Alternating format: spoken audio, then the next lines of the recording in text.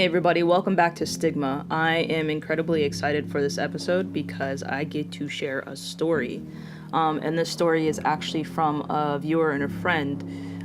They do wish to remain anonymous, so I will not reveal any personal information. But I'm stoked that they feel comfortable enough to share this story with me and with everybody else.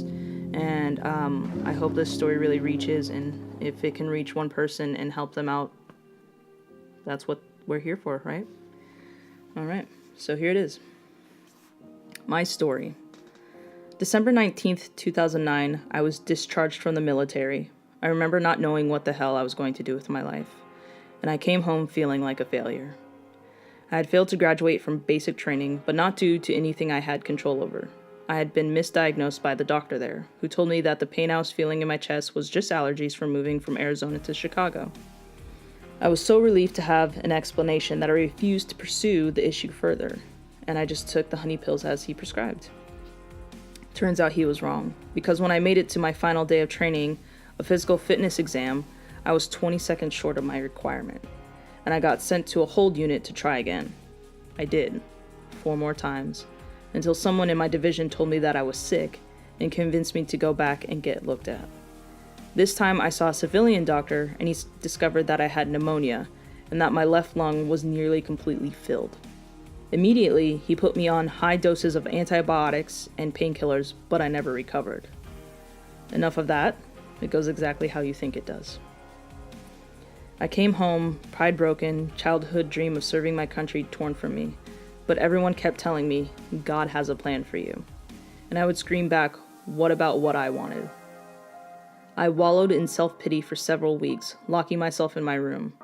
I didn't come out until my parents forced me to go to school, something I both wanted and despised the idea of.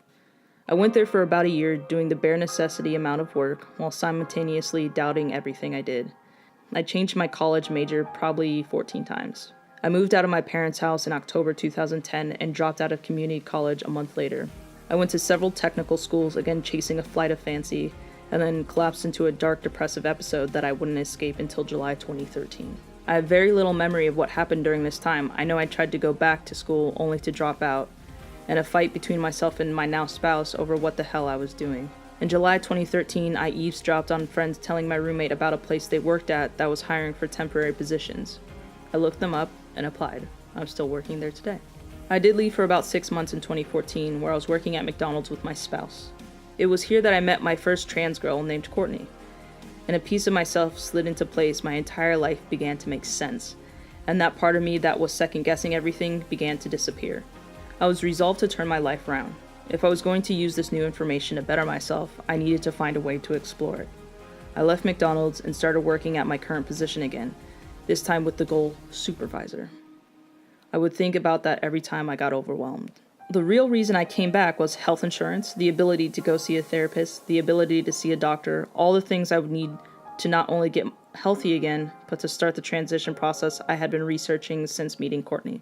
I didn't see a therapist until February 2016, and within 10 minutes of meeting me, she diagnosed me with severe gender dysphoria, anxiety, and depression. We met every 5 weeks after that, slowly draining away the medical card that my company had provided me for medical treatment. She gave me my letter for transition therapy and provided me with a referral to a doctor in the area. I called him, a lot, trying to make an appointment, but never managed to reach his front desk or get anyone to return my calls. I had given up hope until a chance encounter with an old boyfriend gave me a way in. He was transitioning in the opposite direction as me, and his girlfriend called the doctor for me and got me my first appointment. That was August 5th, 2016. My doctor agreed with my therapist, severe gender dysphoria, and started me on a hormone replacement plan that was at the limit of what is recommended. November 10th, I filed for my name change, and on December 8th, I was in front of a judge. I went to Social Security a few days later and gave them the letter from the doctor to have my gender marker changed. I look back and I see that I've been far luckier than most in my transition.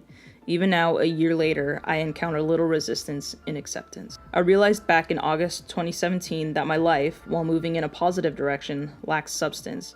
All I did was work. I didn't allow myself to get out and do things that I wanted. I just told myself I didn't have the money to go out, didn't have time. Well, I didn't have money because I was missing work due to the depression I still hadn't addressed. I didn't have money because I was still paying for schooling that I dropped out of. I needed to go in a different direction. I needed to address these other issues. I started seeing a psychiatrist on top of all the other doctors I saw, and within 2 visits burned through the remainder of the money my company provided for medical treatment. My psychiatrist confirmed the depression, confirmed the anxiety, and added onto it autism, ADD, BPD, and paranoia. I took a cocktail of medicines, and all they did was make me mad. If this was going to be my new normal, I'd rather stay the same. I've suppressed these feelings until now, keeping them buried beneath the need to work, the need to stay normal. Now they're trying to get out again. Cracks in the vault I hid them in are appearing. I won't ever return to normal. My brain won't ever be fixed, but that doesn't mean I should give up. If I can move forward, even a small amount, then it is worth it. So that is their story. And I hope to hear more of their story later on to see how things are going. But I love this. I really appreciate that they shared this story, because it's hard to talk about that kind of stuff, and being so open about medication and seeing doctors and all that stuff. That's incredibly brave and incredibly awesome. So thank you. But if any of you do want to share a story, anything like that, or it could be like a day that you had, I would love to share that. And again, you don't have to be we don't have to talk about who you are. You can be completely anonymous if you'd like. Sharing stories and being open about all this stuff is really what's going to stop these stigmas around everything. It's also going to help people, and it may even help someone get the help that they need. I've talked to a few people about therapy. Just being open about therapy has opened some gates for people to talk to me about it, and taking their steps to get there too. And there's a lot of other people I would love to talk to about that stuff. So again, please share your stories. Be kind to everybody. Be kind to one another. If you're having a hard time, it's okay. If you're having a great day, I'm happy to hear about that. But again, that was our episode, and I hope you have a great day. Bye.